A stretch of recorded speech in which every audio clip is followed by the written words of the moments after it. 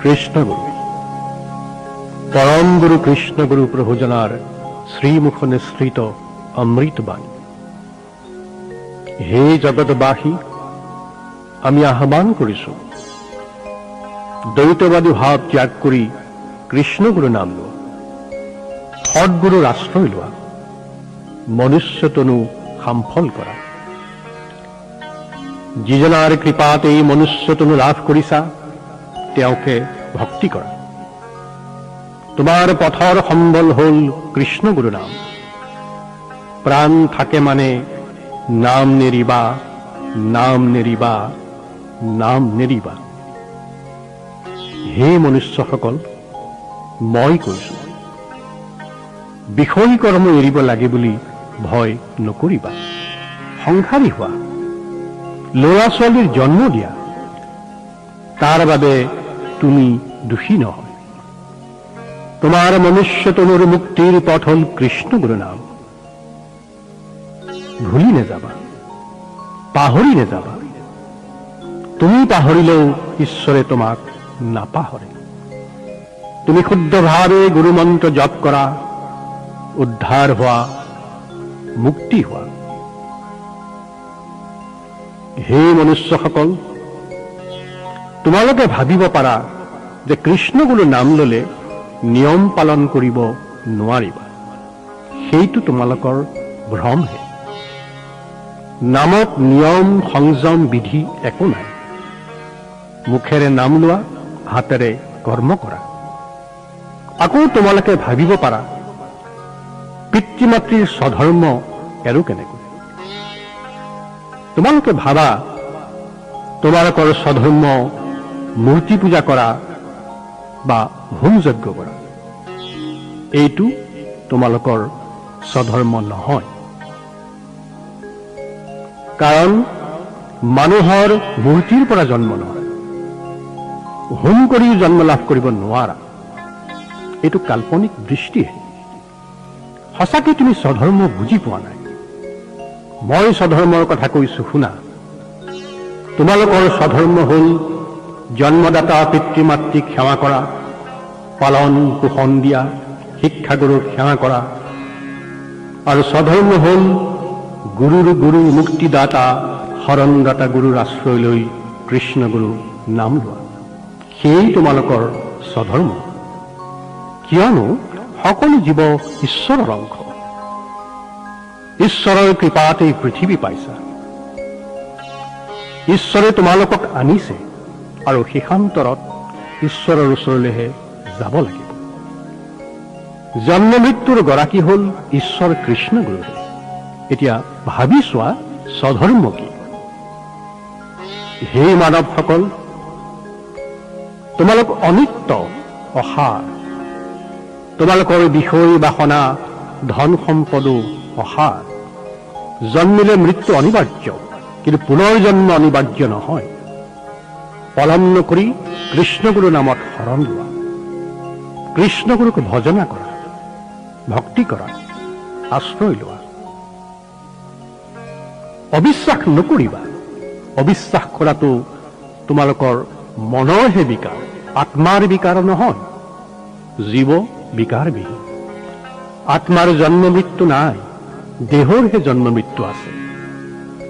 দেহ ধাৰণ কৰাৰ বাবেহে জীৱই নৰক যন্ত্ৰণা ভোগ কৰিব লগা হয়।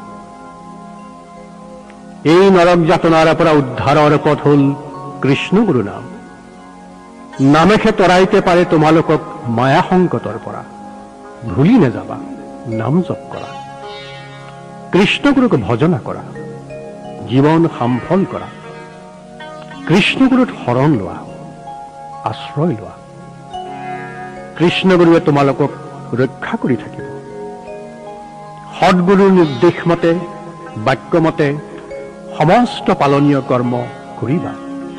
যিজন কৃষ্ণগুৰুৰ কৃপাত জগত সৃজন হৈছে, সেইজনেই সমস্ত ভূততে ব্যাপী আছে। ভালদৰে উপলব্ধি কৰি লোৱা। সৎগুৰুৰ ওচৰত পুনঃ পুনঃ বুজি লোৱা। হে মনুষ্যসকল, সমস্ত ভূততে বিষ্ণু বুদ্ধি দেখা। সকলোতে কৃষ্ণগুৰু ব্যাপী আছে।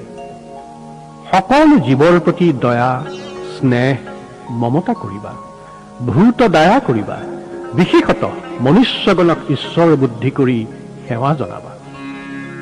ধৰ্মৰ মূল হ'ল হৰিভক্তি কৰি মানৱ সেৱা কৰা, লোকহিতাৰ্থে কাম কৰা। কোটি কোটি জন্মৰ পুণ্যৰ ফলত মানৱ জনম লাভ কৰিব পাৰে। ই হেন মনুষ্যতনো পায় হৰিক নভজি পশুৰ দৰে কেৱল বিষয় কৰ্মতে লিপ্ত হৈ জীৱন বিফল নকৰিবা। অতি সোনকালে কৃষ্ণগুৰুৰ নাম লোৱা, পুণ্য সঞ্চয় কৰা, নাম স্মৰণত পাপ পুণ্য ৰহিত কৰি উদ্ধাৰ হোৱা, লোকৰ উপকাৰ কৰা। তেতিয়াহে তোমালোকৰ জীৱন সামফল হ'ব, বৈকুণ্ঠ প্ৰাপ্তি হ'ব পাৰিবা। হে মনুষ্যসকল, মানৱ জীৱন লাভ কৰিলে হৰি ভজনা কৰা মুখ্য কৰ্ম। কৃষ্ণগুৰুক ভজনা নকৰিলে সদা সৰ্বদা মানুহৰ পাপ সঞ্চয় হয়। তোমালোকে ভালদৰে মনোযোগ দি আমাৰ বাণীলৈ মন কৰা। মনুষ্য শৰীৰ নাৰকীয় শৰীৰ বুলি কোৱা হয়, নিশ্চয় জানিবা। হৰি নভজি পাপৰ বোজালৈ কলৈ যাবা? এই বোজা কোন ঠাইত কঢ়িয়াই থবা? ক'ত ঠাই পাবা? জন্ম জন্মান্তৰে নৰক যাতনা ভোগ কৰি সহস্ৰজনী ভ্ৰমণ কৰি ফুৰিব লাগিব। ভুল নকৰিবা। ঈশ্বৰৰ ওচৰত আশ্ৰয় লোৱা, সৎগুৰুৰ পৰা নাম লোৱা আৰু তোমাৰ পাপৰ বোজা কঢ়িয়াই থৈ আজৰি হোৱা। তেতিয়াহে তোমালোকে ঈশ্বৰক পাবা আৰু পাপ মোচন হৈ মুক্তভাৱে বিচৰণ কৰি ফুৰিব পাৰি। সৎগুৰুত নাম লোৱাৰ পিছত একান্ত মনে নাম জপ কৰি লোকহিতাৰ্থে কাম কৰি নিজৰ অন্তৰ পবিত্ৰ কৰা। তেতিয়া তুমি ক'ৰ পৰা আহিছা আৰু ক'ত যাবা এই কথা ভালদৰে উপলব্ধি কৰিব পাৰিবা। হে মানৱসকল, মই কৈছো ভাৰস্ত বৰিষত মনুষ্যতনু পোৱা মহাভাগ্যৰ কথা। সমস্ত জীৱৰ দুৰ্লভ মনুষ্যতনু ব্যৰ্থ নকৰিবা। কৃষ্ণগুৰুক ভজনা কৰা। সমস্ত জীৱৰে প্ৰাণদাতা ঈশ্বৰ। হেলা নকৰি সৎগুৰুৰ ওচৰলৈ গৈ শৰণ লোৱা। হে মানৱসকল, তোমালোকে কাৰো প্ৰতি বিদ্বেষ, অন্যায়, অনাচাৰ, পাপ মনত নানিবা। কোনো লোকক কুবাক্য নকবা।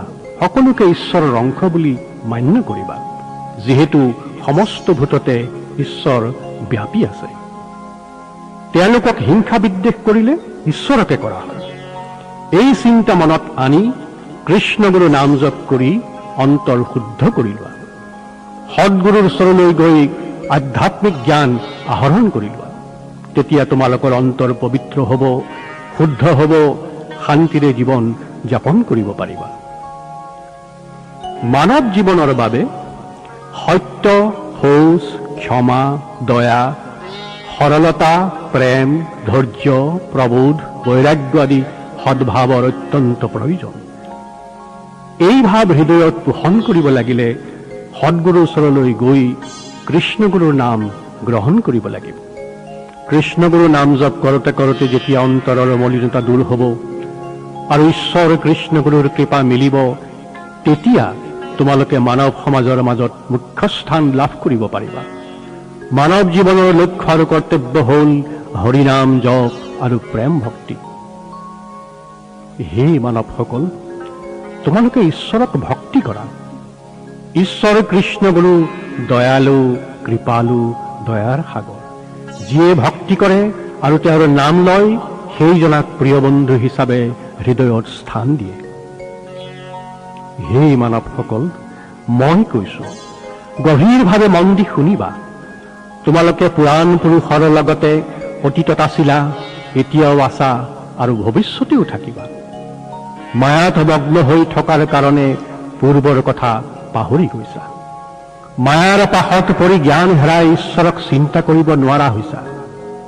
সৎগুৰুৰ আশ্ৰয় ললে সকলো কথা বুজি পাবা আৰু ঈশ্বৰৰ অস্তিত্ব জানিবা। হে মানৱসকল, এই সংসাৰত বহুদিন জীয়াই থাকিম বুলি ভবা কথাটো তোমালোকৰ মিছা। আয়ুসৰ নিৰ্ণয় নাই। বিজুলী চাতক জীৱন কেতিয়া প্ৰাণ যায় ঠিক নাই, সময় নষ্ট নকৰিবা। বাল্যকালতে সৎগুৰুত আশ্ৰয় লৈ কৃষ্ণগুৰুত শৰণ লোৱা, গুৰুৱে দিয়া মূল মন্ত্ৰ জপ কৰা, তেতিয়া তোমালোকৰ জীৱন সফল হ'ব। হে মানৱসকল, তোমালোকে ভাবি চোৱা সমাজত কি বিপদজনক কথা প্ৰচাৰ হৈ আছে। বহুতো বয়োবৃদ্ধ লোকৰ মাজত সদা সৰ্বদা প্ৰচাৰ হৈ আছে, বয়স নহলে কৃষ্ণত শৰণ ল'বৰ হোৱা নাই। বহুতে কয় ঈশ্বৰ ভজনা নকৰিলেও হয়, পিতৃ মাতৃক সেৱা কৰিলেই ঈশ্বৰ প্ৰাপ্তি হয়। এনেহেন মতিভ্ৰম লোকবৰ্তী প্ৰচলিত কথাৰ পৰা বহুতো লোকে মুক্তিৰ পথ হেৰুৱাই প্ৰাণ ত্যাগ কৰি সহস্ৰজনী ভ্ৰমণ কৰিব লগা হৈছে আৰু জীৱনৰ লক্ষ্যভ্ৰষ্ট হৈ অশান্তিত জীৱন কটাব লগা হৈছে। সেয়েহে আজি মই কৈছো, শাস্ত্ৰৰ শেষ সিদ্ধান্ত মনত ৰাখি আমাৰ বাক্য বিশ্বাস কৰি সত্য শুদ্ধভাৱে কৃষ্ণগুৰুত শৰণ লোৱা, জীৱন মুক্ত হোৱা, আনন্দ লাভ কৰি লোকহিতাৰ্থে কাম কৰি মহাশান্তিৰে জীৱন অতিবাহিত কৰি মোক্ষ লাভ কৰা। হে মানৱসকল, শুনা, তোমালোকে গভীৰভাৱে ভাবি চাবা, মোক নাহাঁহিবা, উপলম্ভ বাক্য নকবা। তোমালোকৰ মংগলৰ বাবেহে মই মোৰ বাণী প্ৰকাশ কৰিছো।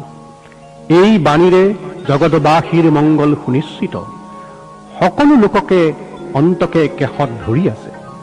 দম্ভ অহংকাৰ কালৰ হাতত একেটিলে নাইকিয়া হ'ব, প্ৰাণ নাথাকিব। পঞ্চভূতি দেহ তোমালোকৰ এদিন নাইকিয়া হৈ যাব। এতিয়া আৰু সময় নাই। হে জগতবাসী, সদ্গুৰুৰ ওচৰত শৰণ লোৱা, নিৰন্তৰে কৃষ্ণগুৰুৰ নাম লোৱা। লাজ নকৰিবা, ভয় নকৰিবা, ঘৃণা নকৰিবা। এইবোৰ পৰিহাৰ কৰি ঈশ্বৰ ভজনাত ৰত হোৱা। তেতিয়া তোমালোকে কালৰ হাতৰ পৰা ৰেহাই পাবা আৰু শান্তিৰে জীৱন নিয়াব পাৰিবা।